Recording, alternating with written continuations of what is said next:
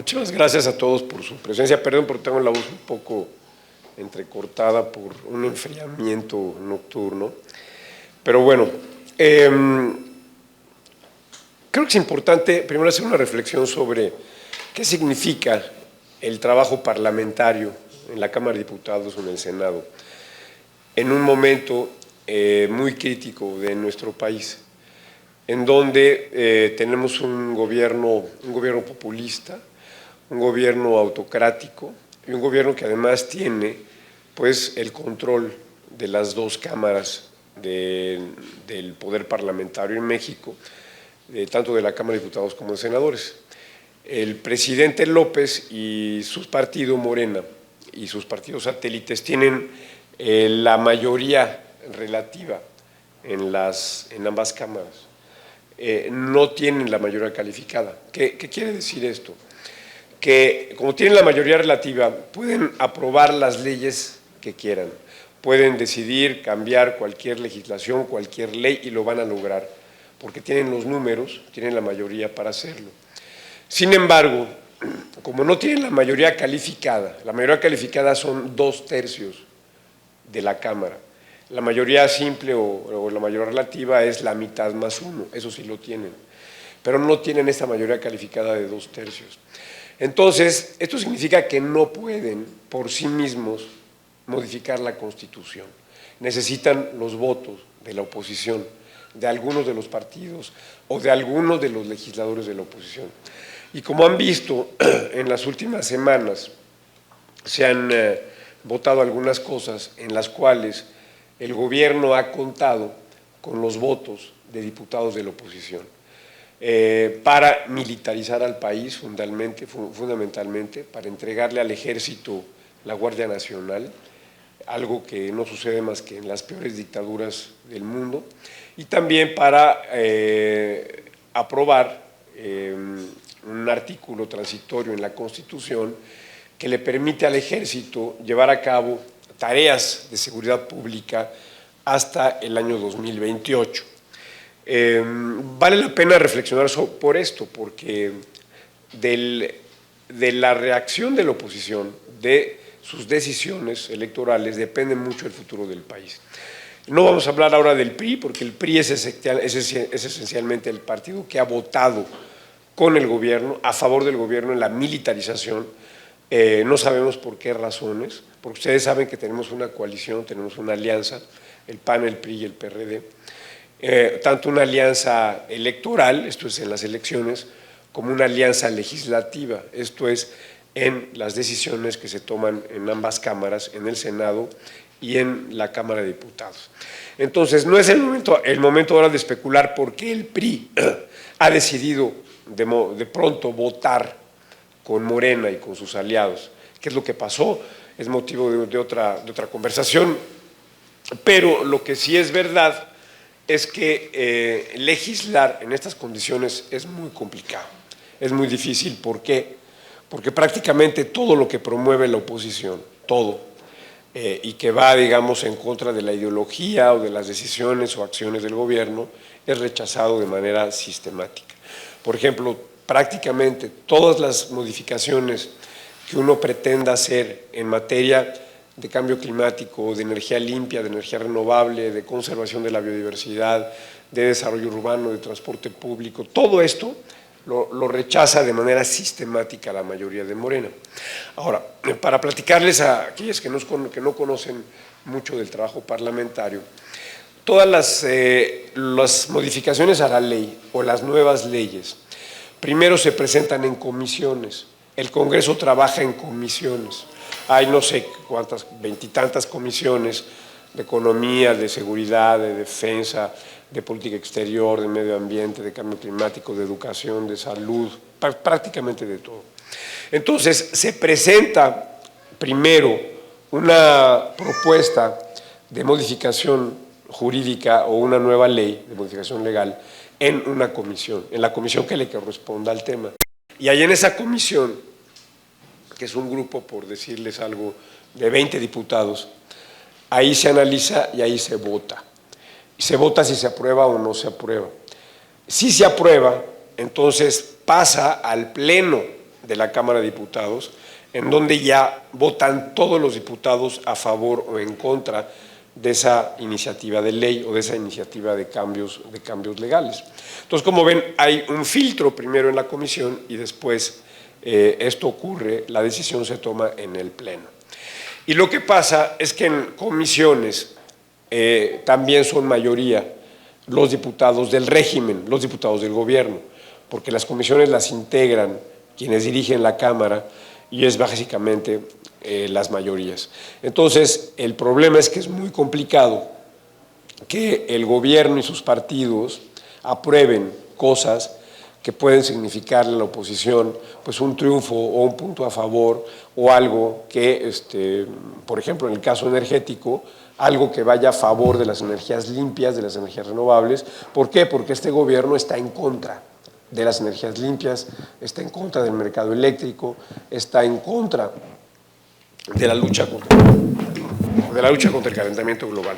Entonces, en fin, dada esta pequeña introducción, no los voy a aburrir mucho tiempo, que además ni puedo hablar bien, pero vaya, mi trabajo en este primer año en la Cámara de Diputados se ha concentrado en temas que son de mi especialidad, que son de mi interés personal.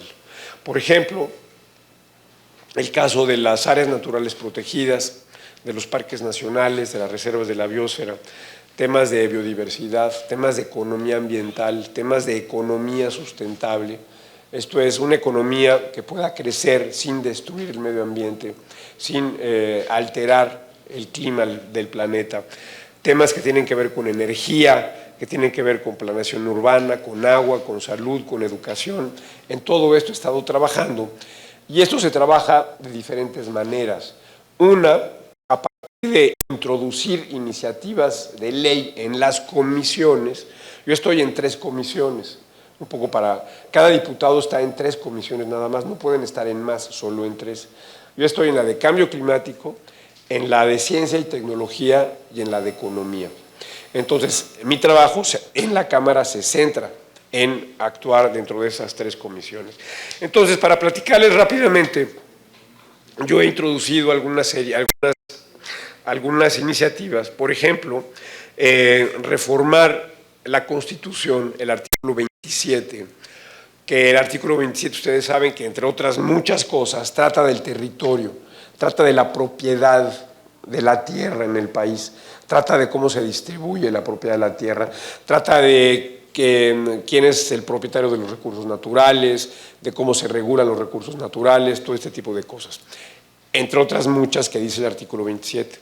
Entonces yo introduje una iniciativa para que el artículo 27 recogiera la idea de las áreas naturales protegidas, como son los parques nacionales y reservas de la biosfera, y que dijera en la Constitución que México tendría que decretar una superficie tal de áreas naturales protegidas para proteger el territorio nacional en los términos que se establecieran en acuerdos internacionales. Por ejemplo, hoy en día en las Naciones Unidas hay una gran,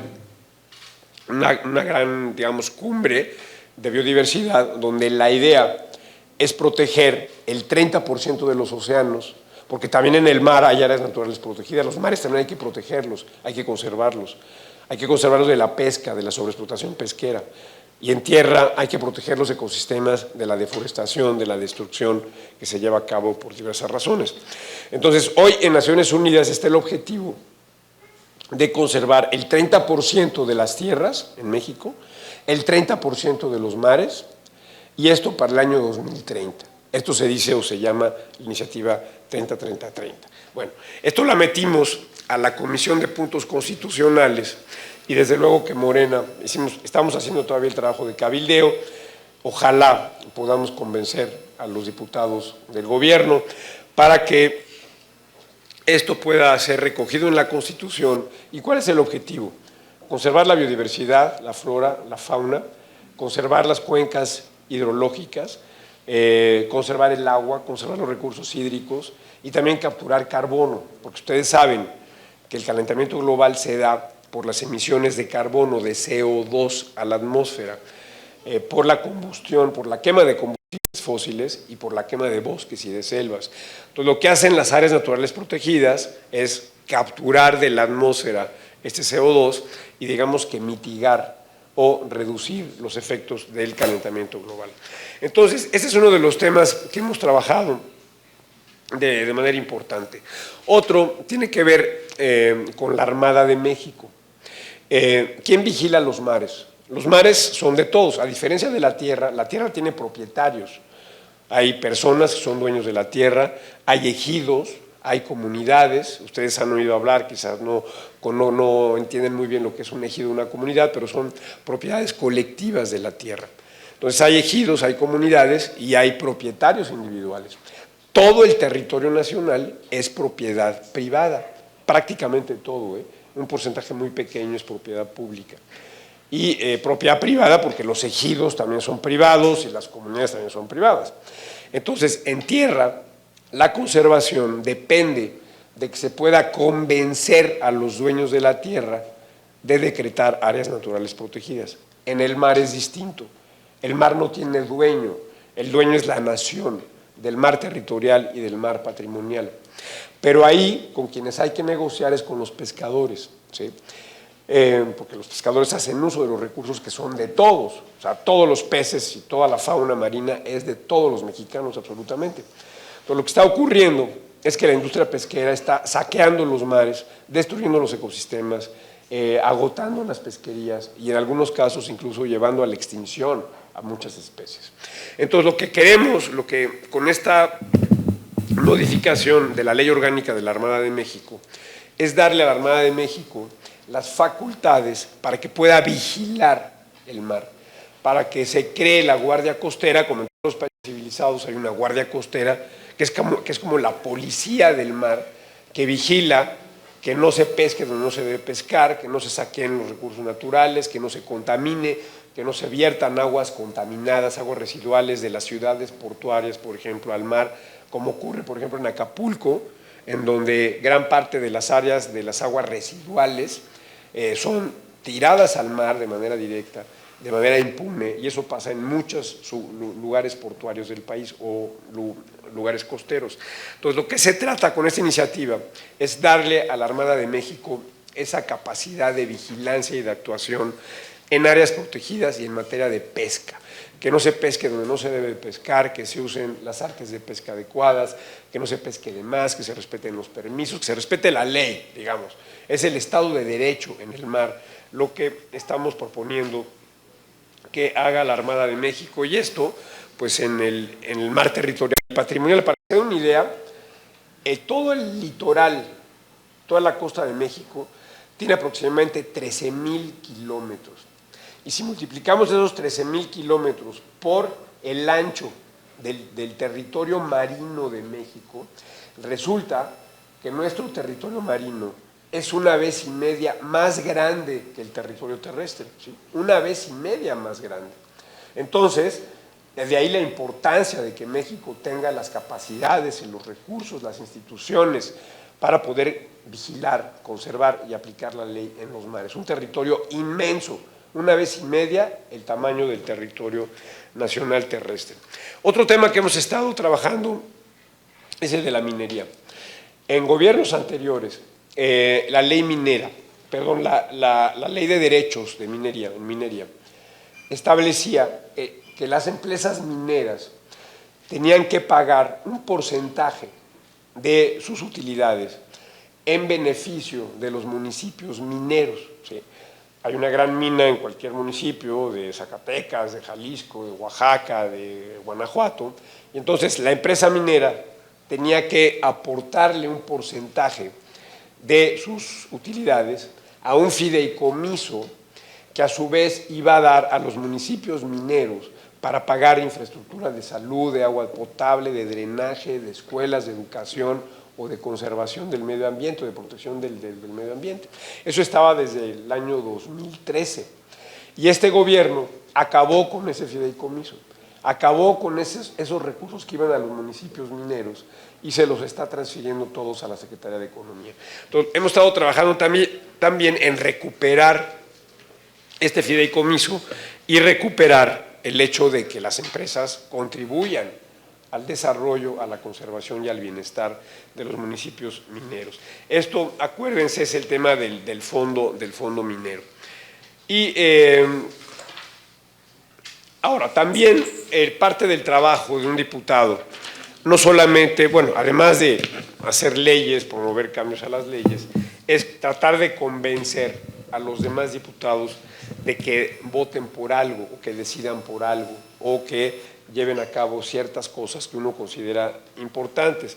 Por ejemplo, en lo que respecta a la ley de ingresos, si es que no han oído hablar de ella, es la ley que establece qué impuestos puede cobrar el gobierno a los ciudadanos y a las empresas, ¿sí?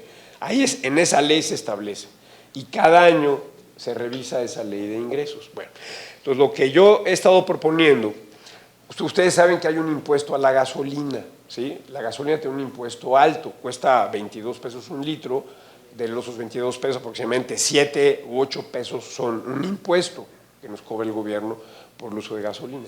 Este impuesto se llama Impuesto Especial sobre Productos y Servicios de Gasolina.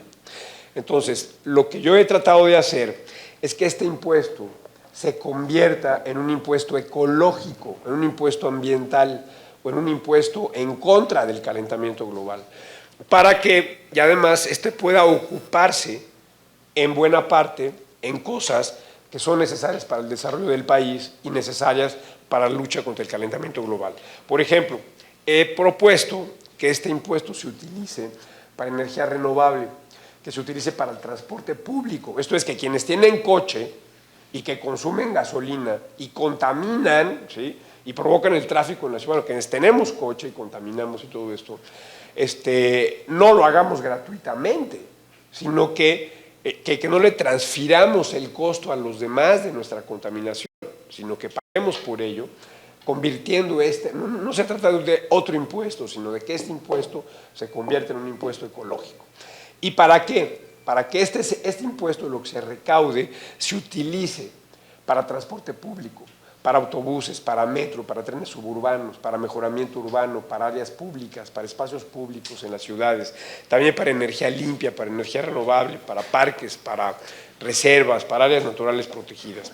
Entonces, por ejemplo, ese también ha sido un tema importante en el cual he estado yo trabajando. Como yo me dedico, uno de mis intereses fundamentales es lo relacionado con la sustentabilidad. El año pasado fui a la cumbre de cambio climático que se llevó a cabo en Escocia, en Glasgow, donde se reúnen todos los países para tomar decisiones para tratar de contener el calentamiento global. Ustedes saben, bueno, ya se los dije, se los repito, en la medida en que quemamos combustibles fósiles, carbón, petróleo, gas, en la medida que quemamos los bosques, como los seguimos quemando en México, las selvas. Ustedes saben que en México se queman las selvas y los bosques para abrir tierras para la agricultura. La principal causa de la deforestación es la agricultura, ¿sí?, y la ganadería, las dos cosas. Entonces, esta conferencia mundial de cambio climático lo que trata es de que los países se comprometan a reducir sus emisiones contaminantes de estos gases que provocan el calentamiento global. Entonces yo he estado trabajando en eso, presionando al gobierno, haciendo documentos, haciendo reuniones a partir de esta cumbre de cambio climático, para que el gobierno mexicano pues tome las decisiones que debiera de tomar en materia climática. Y que, por cierto, de una vez lo platico, que viene más adelante para no aburrirlos, tiene mucho que ver con si se acuerdan que hace unos pocos meses se votó en el Congreso, en la Cámara de Diputados, la reforma energética, yo diría la contrarreforma energética. Les platico rápidamente, porque en eso me tocó participar de forma muy activa, tanto en comisiones como en Parlamento abierto, como en el Pleno de la Cámara de Diputados, como en medios de comunicación, y que se trata básicamente de lo siguiente. En 2013, o sea, hace 9 años, se hizo en México una reforma energética. ¿En qué consistió? Antes de esta fecha había dos monopolios, un monopolio en petróleo, que era Pemex, y un monopolio en electricidad, que era la Comisión Federal de Electricidad, los dos monopolios del gobierno. estaba prohibida la inversión privada y se le daba prioridad a los combustibles fósiles para generar electricidad, al combustóleo, que es el residuo de la refinación del petróleo, al carbón y al gas, y muy poco a las energías limpias. Entonces, esa reforma del 2003, en términos generales, lo que hizo es abrir el sector a la inversión privada, para que las empresas privadas pudieran invertir en plantas eléctricas para generar electricidad de manera limpia, energía solar, energía eólica, energía geotérmica, etcétera, etcétera. Y que hubiera un mercado de electricidad. Y que además bajara el costo de la electricidad. ¿Por qué? Porque las energías limpias son las más baratas que hay. Yo les comento, es obvio, o sea, la energía solar, ¿cuál es el combustible de la energía solar? Por así decirlo, pues es el sol. El sol es gratis. ¿Cuál es el combustible de la energía eólica? El viento. El viento también es gratis, no cuesta. En cambio, una planta eléctrica que genera electricidad con combustibles fósiles tiene que pagar el gas o tiene que pagar el combustóleo y por tanto esa electricidad es mucho más cara. Entonces, para decirles rápidamente, en esos años, en 2017, se logró a través de subastas el precio más bajo en la historia para la electricidad en México, el más bajo, lo cual poco a poco iba a repercutir en las tarifas que pagamos todos los mexicanos. Además de que se avanzó en la inversión en energías limpias, se crearon muchísimas plantas de energía solar, de energía eólica en México, fue un exitazo esa energía, esa reforma eléctrica. Entonces llega este gobierno y lo quiere echar todo atrás, quiere destruir todo, como ha querido destruir todo en salud, en educación, en medio ambiente, también ha intentado destruir todo en materia energética. Entonces, ¿qué hicieron primero? Leyes, modificaron leyes, que como yo les dije, pueden modificarlas porque tienen la mayoría, para volver al esquema anterior, para volver al esquema del monopolio y para volver al privilegio a las energías fósiles, al carbón, al combustóleo y al petróleo y al gas. Como eso era ilegal, inconstitucional, entonces no lo pudieron hacer. Hubo muchas demandas, amparos, pleitos, digamos que inconformidades de empresas privadas y de gobiernos, incluyendo los Estados Unidos. Entonces intentaron reformar la Constitución para volver a lo que había antes, para volver al monopolio y para volver a las energías sucias, ¿no? Eso lo intentaron. ¿Cuándo fue, Alejandra? ¿En abril? Fue en abril más o menos. Pero como era, ojo, reforma constitucional, necesitaban la mayoría calificada, esto es los 2/3 de la Cámara. Y en esa ocasión el PRI votó en contra. Entonces no pudieron modificar la Constitución, se quedó como estaba. Entonces fue el primer triunfo que tuvo la oposición en contra del gobierno. Y fue un triunfo ambiental, un triunfo climático, un triunfo en favor de las familias mexicanas, porque tiene que ver con los precios de la electricidad y desde luego de la economía, porque entre más inversión haya privada, pues hay más empleos, hay más crecimiento, hay más bienestar y más oportunidades para todo el mundo. Entonces, ese es uno de los temas que más he tratado de promover en la Cámara. Otras cosas rápidamente, también tenemos relaciones internacionales, hay cosas que se llaman grupos de amistad entre la Cámara de Diputados y algún país en particular. A mí me ha tocado ser presidente del Grupo de Amistad México-Suiza, en donde hay una agenda muy interesante de educación, de becas a los jóvenes, de inversión de empresas suizas en México, de medio ambiente, de cambio climático, de tecnología, porque Suiza es uno de los países que tienen las tecnologías más avanzadas en el mundo. Entonces, la agenda de trabajo con Suiza es de esta forma y es muy interesante. Ya lo del Parlamento Abierto de Energía ya se los platiqué brevemente.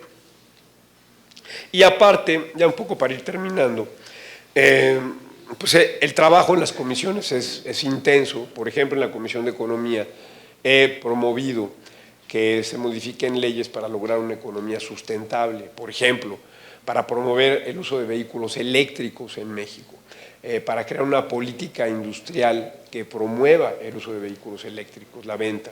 El gobierno no ha querido hacerlo.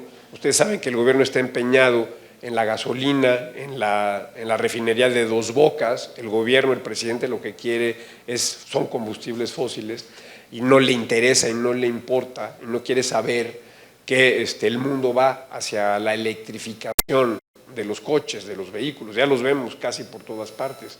Entonces, lo que yo he tratado de promover es que haya una política que promueva la venta de vehículos eléctricos, que haya incentivos para los vehículos eléctricos y también que el gobierno invierta en redes de recarga de vehículos eléctricos, como ya existen en Europa y en Estados Unidos, donde uno puede ir a un estacionamiento, estacionar su coche eléctrico y conectarlo y listo, ¿no? En fin, cosas de ese tipo. En ciencia y tecnología, en la Comisión de Ciencia y Tecnología, las cosas también han sido complicadas, han sido difíciles, porque este gobierno ha destruido a la ciencia y a la tecnología del país. Digamos, ha atacado a los investigadores, ha corrido a los investigadores de las universidades privadas, del Sistema Nacional de Investigadores, le ha quitado el presupuesto a los centros públicos de investigación, algo realmente terrible, se ha convertido en una especie de dictadura de ciencia y tecnología de la directora del CONACYT sobre estos centros públicos de investigación y sobre los propios investigadores en México. Se han tratado de apoderar de centros de investigación, como es el caso del CIDE, han corrido a directores de los centros públicos de investigación, han corrido incluso a directores de universidades que no han sido afines al régimen, y en fin, una serie de atrocidades pues, que tratamos de detener de alguna forma desde la Comisión de Ciencia y Tecnología, y esto lo hemos trabajado pues, de cerca de organizaciones de científicos que están muy preocupados por lo que está ocurriendo, cómo la ciencia mexicana está siendo desmantelada.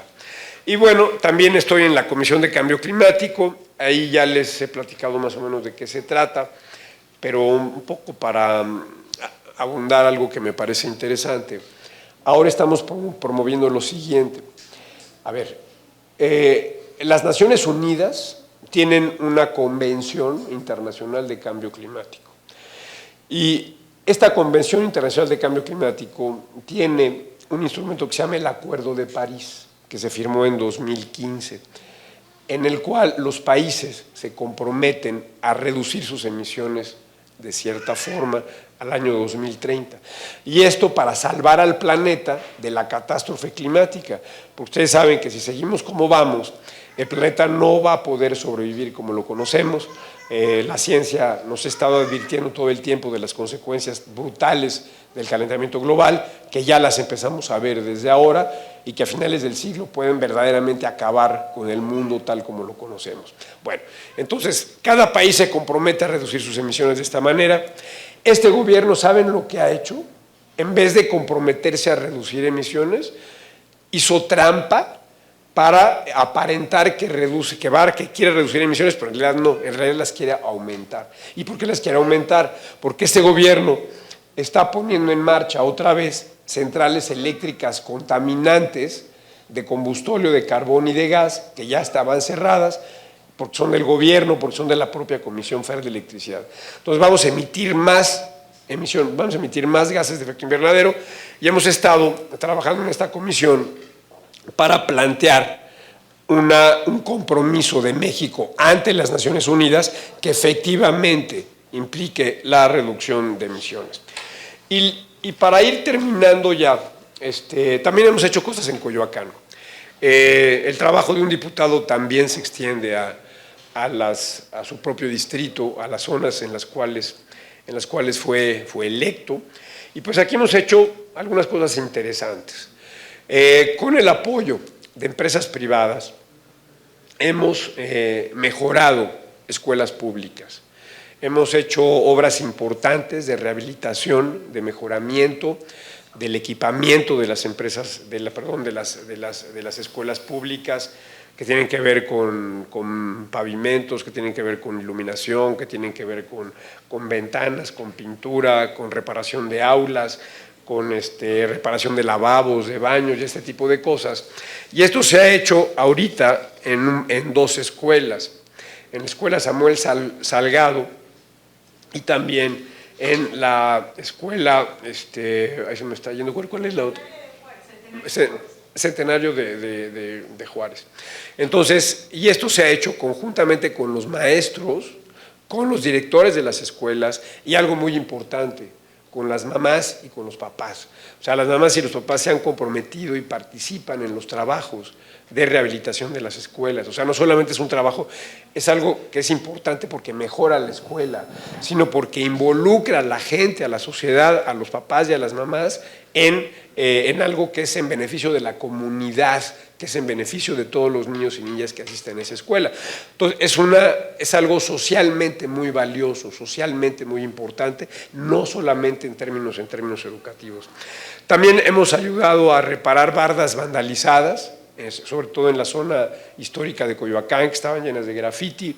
Hemos hecho las gestiones para que se pinten y se mejore el ambiente el ambiente urbano, el perfil urbano en Coyoacán. Ustedes saben que el grafiti y la decadencia de los inmuebles, de las edificaciones, atrae al crimen, atrae a la delincuencia. Entonces, al mejorar el ambiente urbano, estamos también contribuyendo a la seguridad. Hemos también dado equipamiento a niños y niñas con discapacidad en las escuelas públicas, proveyéndoles de andaderas, por ejemplo, para que puedan acceder a toda la escuela, particularmente a los baños.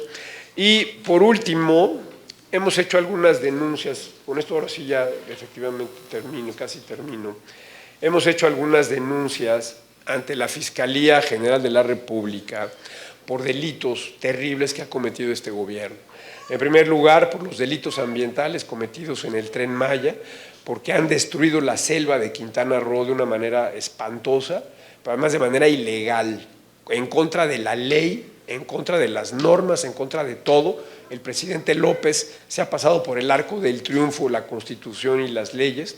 Entonces fuimos a la Fiscalía a denunciar penalmente al presidente López y al director de Fonatur por la destrucción de los ecosistemas forestales, por la destrucción de la selva de Quintana Roo, lo cual está prohibidísimo en la ley, de la forma como lo hicieron, y de esta manera, pues dudo que la Fiscalía vaya a actuar, pero por lo menos tuvimos un impacto mediático importante.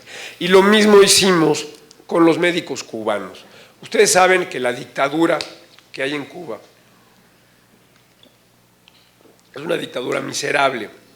Cuba era un país muy rico en los años 50, era el país, junto con Argentina y Uruguay y Chile, más rico de América Latina.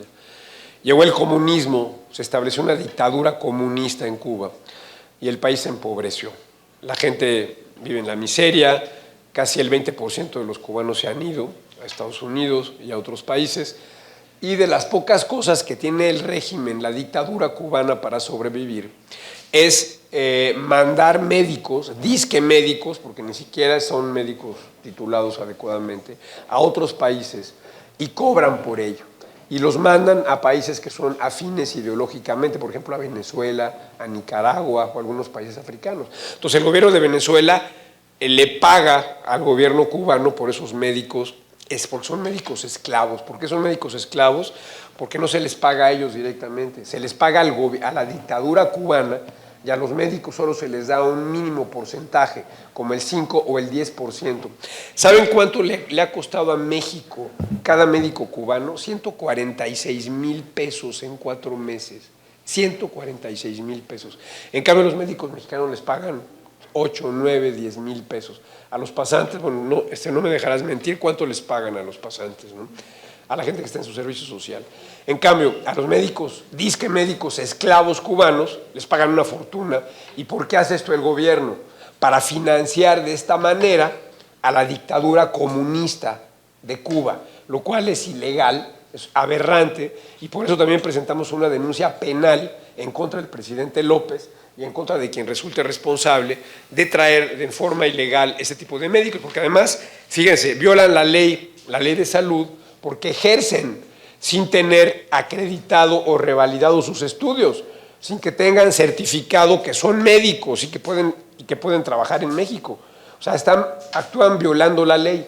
Y lo que pasa es que estos médicos, en el fondo, lo que hacen solamente es ser propagandistas del comunismo, adoctrinan y hacen propaganda en las comunidades rurales, en los pueblos, en los barrios, igual que lo hicieron en Venezuela. O sea, son agentes de propaganda comunista. Entonces, y otra serie de cosas que ya no les voy a comentar, para cosas internacionales que hemos hecho. Por ejemplo, nos invitó la OTAN. Ustedes saben que la OTAN es la Organización del Tratado del Atlántico del Norte, es una organización militar de defensa que reúne a Europa, a Estados Unidos y a Canadá, y nos invitaron a una reunión en Bruselas para platicar para hablar y intercambiar puntos de vista sobre la invasión de Rusia a Ucrania, ¿no?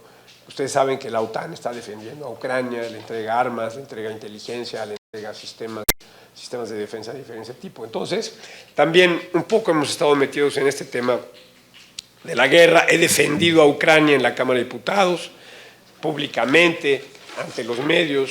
He denunciado a la dictadura del asesino Vladimir Putin, porque ustedes lo saben, está matando civiles de manera indiscriminada en Ucrania, con bombas, con misiles, y el gobierno mexicano, el presidente López, en vez de condenarlo, indirecta o directamente lo sigue apoyando. En fin, entonces el trabajo a grandes rasgos de lo que hacemos y hemos hecho en este primer año de trabajo en la Cámara de Diputados